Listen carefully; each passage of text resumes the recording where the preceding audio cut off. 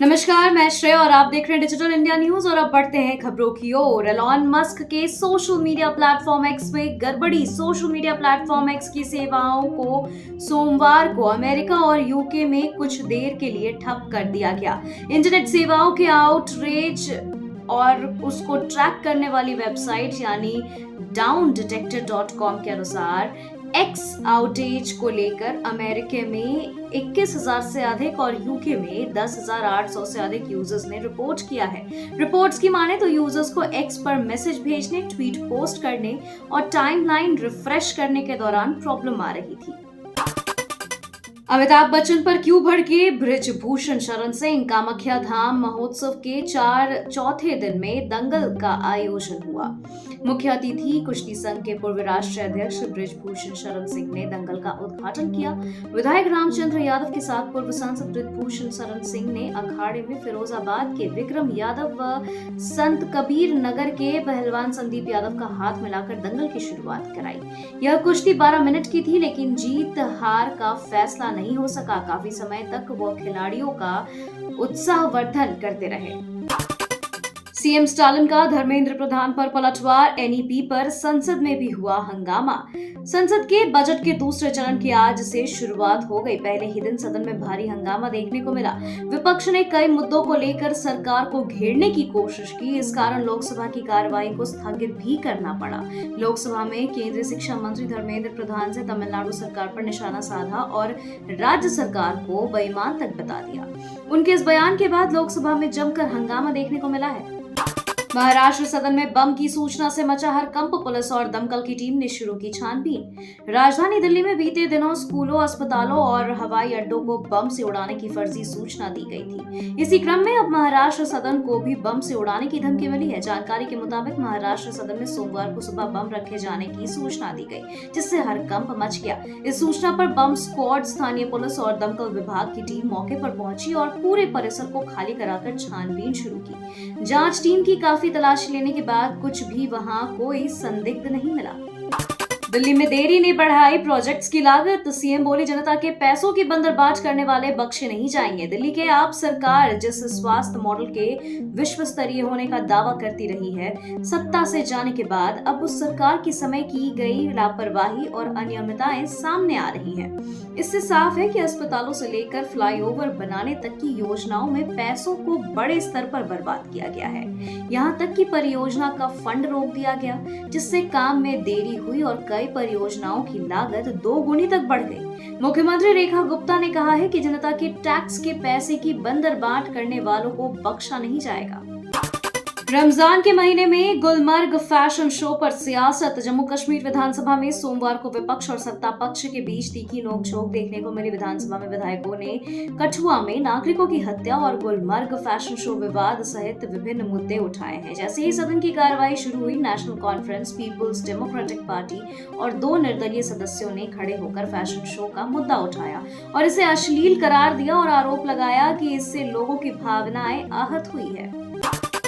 माहौल बिगाड़ने की साजिश या आतंकी करतूत। 3 हिंदुओं की हत्या के बाद भड़के लोग। कठुआ जिले में किशोर सहित 3 हिंदुओं की हत्या के मामले में लोग आक्रोश में हैं। केंद्रीय राज्य मंत्री डॉक्टर जितेंद्र सिंह ने हत्याकांड में आतंकियों की संलिप्तता की तरफ इशारा करते हुए शांतिपूर्ण क्षेत्र में सांप्रदायिक माहौल बिगाड़ने का षड्यंत्र बताया। वहीं उपराज्यपाल मनोज सिन्हा ने हत्याकांड की जांच के आदेश के दिए हैं। रविवार को कठुआ जिले में जोरदार प्रदर्शन भी हुए।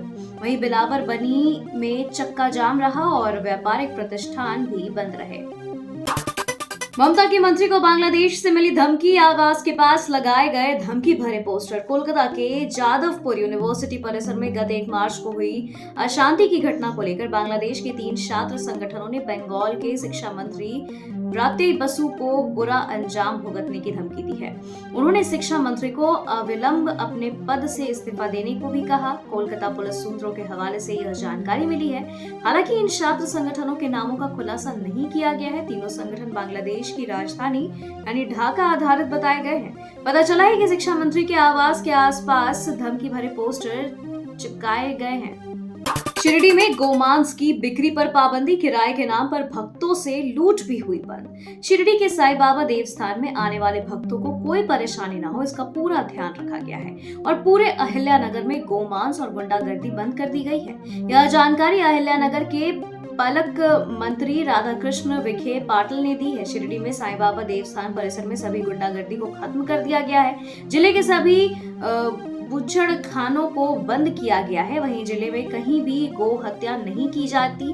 यह जानकारी विखे पाटिल ने दी है। शिरडी में गुंडों द्वारा भक्तों को लूटा जा रहा था, होटलों में अधिक किराया वसूला जा रहा था और दर्शन के नाम पर होने वाली लूट को भी पूरी तरीके से बंद कर दिया गया है।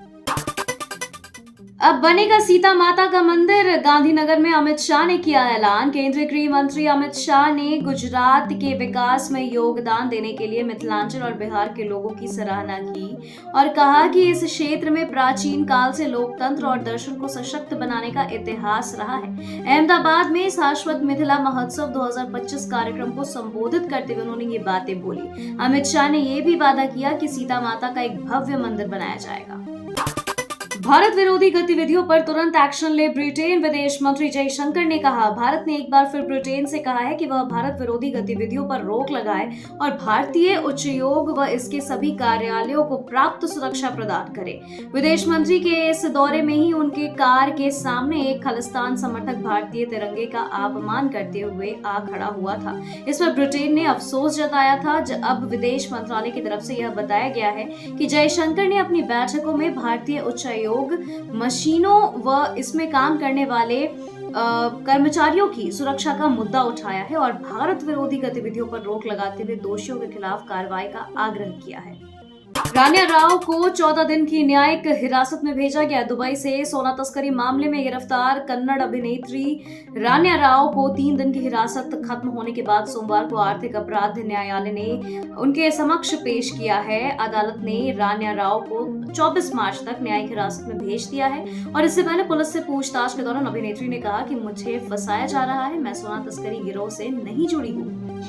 सीएम उमर ने कठुआ में 5 लोगों की रहस्यमय मौत पर जताई चिंता। जम्मू कश्मीर के मुख्यमंत्री उमर अब्दुल्ला ने कठुआ में हाल ही में हुई 5 नागरिकों की रहस्यमय मौतों पर विधानसभा में चिंता व्यक्त की है। उन्होंने दावा करते हुए कहा कि इन हत्याओं को राजनीतिक रंग देने का प्रयास किया जा रहा है। उन्होंने विपक्ष के नेता को शोक संतप्त परिवारों से मिलने की अनुमति देने और उप मुख्यमंत्री को अनुमति नहीं देने पर कई सवाल खड़े किए। सीएम उमर अब्दुल्ला ने कहा कि मैं कठुआ की स्थिति पर अपनी और सदन की चिंता व्यक्त कराना चाहता हूं। हम निर्दोष 5 लोगों की हत्या की निंदा करते हैं और शोक संतप्त परिवारों के प्रति अपनी संवेदना व्यक्त करते हैं।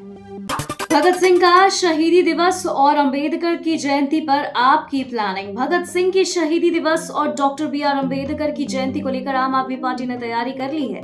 दोनों दिन पार्टी दिल्ली में सभी विधानसभाओं में कार्यक्रम आयोजित करवाएगी। इसे लेकर बाबरपुर विधायक और दिल्ली के आप संयोजक गोपाल राय ने मीटिंग ली थी। इस मीटिंग में दिल्ली के सभी पदाधिकारियों, जिला और विधानसभा अध्यक्ष उपस्थित थे। धीरेन्द्र शास्त्री के हिंदू राष्ट्र वाले बयान पर प्रशांत किशोर का तंज। जनसुराज के सूत्रधार प्रशांत किशोर सोमवार को 1 दिवसीय यात्रा पर दरभंगा पहुंचे। यहाँ उन्होंने परिसदन में प्रेस वार्ता को संबोधित किया। इस दौरान बाबा बागेश्वर के हिंदू राष्ट्र वाले बयान के संबंध में पूछे जाने पर उन्होंने कहा कि कोई बाबा देश नहीं चलाते हैं, देश में लोकतंत्र है, वो जो चाहे बोल सकते हैं, देश का कानून संसद में बनता है, किसी बाबा के दरबार में नहीं। अगर भाजपा उनके बयान का समर्थन कर रही है तो मोदी और अमित शाह क्यों बोलते हैं कि हम संविधान से बंधे हुए हैं? अगर भाजपा में दम है तो संसद में कह दे कि हम हिंदू राष्ट्र लागू करेंगे, उसे इसके लिए संसद में कानून लाना चाहिए।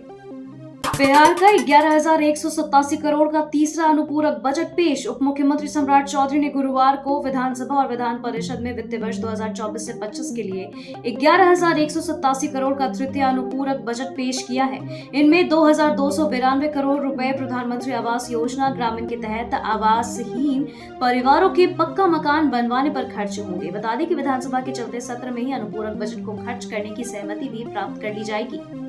झटका, पार्टी महासचिव रामकृष्ण मंडल समर्थकों के साथ आरजेडी में शामिल। बिहार चुनाव से पहले नीतीश कुमार के जनता दल यूनाइटेड को झटका लगा है। जेडीयू के प्रदेश महासचिव रामकृष्ण मंडल अपने समर्थकों के साथ सोमवार को लालू यादव की राष्ट्रीय जनता दल में शामिल हो गए। आरजेडी के प्रधान महासचिव रणविजय साहू, प्रदेश प्रवक्ता एजाज अहमद, मुख्यालय प्रभारी मुकुंद सिंह, बिहारीगंज के पूर्व प्रत्याशी ई सुभाष कुमार के समक्ष रामकृष्ण मंडल, जेडीयू शिक्षा प्रकोष्ठ के प्रदेश महासचिव दयानंद शर्मा और युवा जेडीयू के अविनाश राम ने अपने समर्थकों के साथ राजद की सदस्यता ग्रहण की। जेल के अंदर से भी अपराधी, झारखंड के डीजीपी ने किया चौंकाने वाला खुलासा। राज्य के पुलिस महानिदेशक अनुराग गुप्ता ने हजारीबाग में एनटीपीसी के डीजीएम की हत्या पर गहरी चिंता जताई है। विधानसभा परिसर में मीडिया से बातचीत में पुलिस महानिदेशक ने कहा कि जेलों में माफिया अपराध को अंजाम दे रहे हैं। विकास तिवारी, अमन साहू, अमन श्रीवास्तव जेल के अंदर से आपराधिक घटनाओं की रणनीति बना रहे हैं। झारखंड विधानसभा में बीजेपी के विधायक ने डीजीपी को क्यों कहा बेशर्म। हजारीबाग में एनटीपीसी कोयला परियोजना के केरीडारी में डिस्पैच विभाग के डीजीएम कुमार गौरव की हत्या सहित हाल ही के दिनों में हुई घटनाओं को विरोध में भाजपा ने सोमवार को पहली पाली में सदन में जमकर हंगामा किया। बता दें कि दोपहर 12:07 पर सदन की कार्यवाही शुरू होने के बाद भी भाजपा विधायक सीपी सिंह ने एक बार फिर इस मामले को उठाया। उन्होंने कहा कि राज्य में लोगों को जीना अब दुर्भर हो गया है। उन्होंने कहा कि डीजीपी इतने बेशर्म है कि कहते हैं कि जेल से हत्या की प्लानिंग हो रही है। कौन बनेगा झारखंड बीजेपी का कप्तान, नए जातीय समूह को साधने की तैयारी। भाजपा को जल्द ही नया प्रदेश अध्यक्ष मिलने वाला है। नेता प्रतिपक्ष के तौर पर बाबूलाल मरांडी के चयन के बाद अब प्रदेश अध्यक्ष का नाम तय होना है। बाबूलाल मरांडी प्रदेश अध्यक्ष भी हैं। भाजपा में एक व्यक्ति एक पद का नियम है। इसके अलावा प्रदेश अध्यक्ष का कार्यकाल भी पूरा हो रहा है। पार्टी इस बार ओबीसी समुदाय के किसी मजबूत नेता को प्रदेश अध्यक्ष बना सकती है। वहीं प्रदेश संगठन प्रभारी लक्ष्मीकांत वाजपेयी होली के बाद रांची आकर बड़े नेताओं से मुलाकात करेंगे और स्थानीय नेताओं की राय लेंगे। ट्रंप की बेरुखी के बाद क्राउन प्रिंस से गुहार लगाएंगे जेलेंस्की। अमेरिकी राष्ट्रपति डोनाल्ड ट्रंप से एक के बाद एक मिले झटके के बाद से यूक्रेन संभल नहीं पाया। पहले यूक्रेन के राष्ट्रपति को कॉमेडियन कहकर मजाक बनाने के बाद ट्रंप ने बीते सप्ताह व्हाइट हाउस में मीडिया के सामने जेलेंस्की को सुना दिया था। अमेरिका ने यूक्रेन को दी जाने वाली सैन्य और खुफिया मदद भी रोक दी है। इस बीच अब यूक्रेन के राष्ट्रपति वोलोदिमीर जेलेंस्की सोमवार को सऊदी अरब रवाना हो गए। इस दौरे पर वह क्राउन प्रिंस मोहम्मद बिन सलमान से मुलाकात भी कर सकते हैं।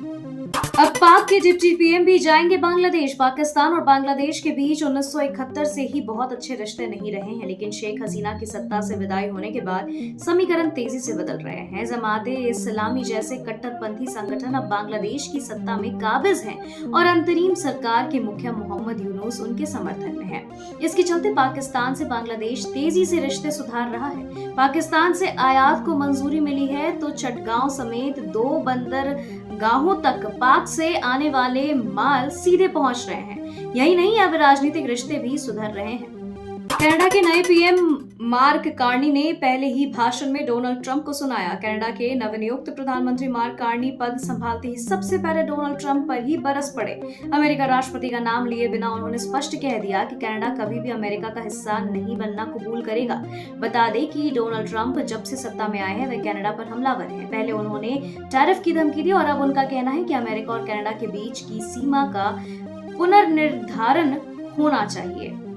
दाना पानी रोकने के बाद इजराइल ने काटी गाजा की बिजली। सीजफायर का पहला चरण खत्म होने के बाद गाजा में इजराइल और हमास के बीच हुए युद्ध विराम समझौते का भविष्य अधर में जाता हुआ दिख रहा है। जहां समझौते को लेकर इजराइल और हमास अपने अपने शर्तों पर अड़े हुए हैं, वहीं दूसरी तरफ गाजा के लोगों की मुसीबतें बढ़ती जा रही हैं। इस बीच इजराइल ने हमास पर दबाव बनाने के लिए रविवार को गाजा को मिलने वाली बिजली की आपूर्ति रोक दी है। इजराइल ने कहा कि गाजा की बिजली की आपूर्ति तत्काल प्रभाव से बंद की जा रही है।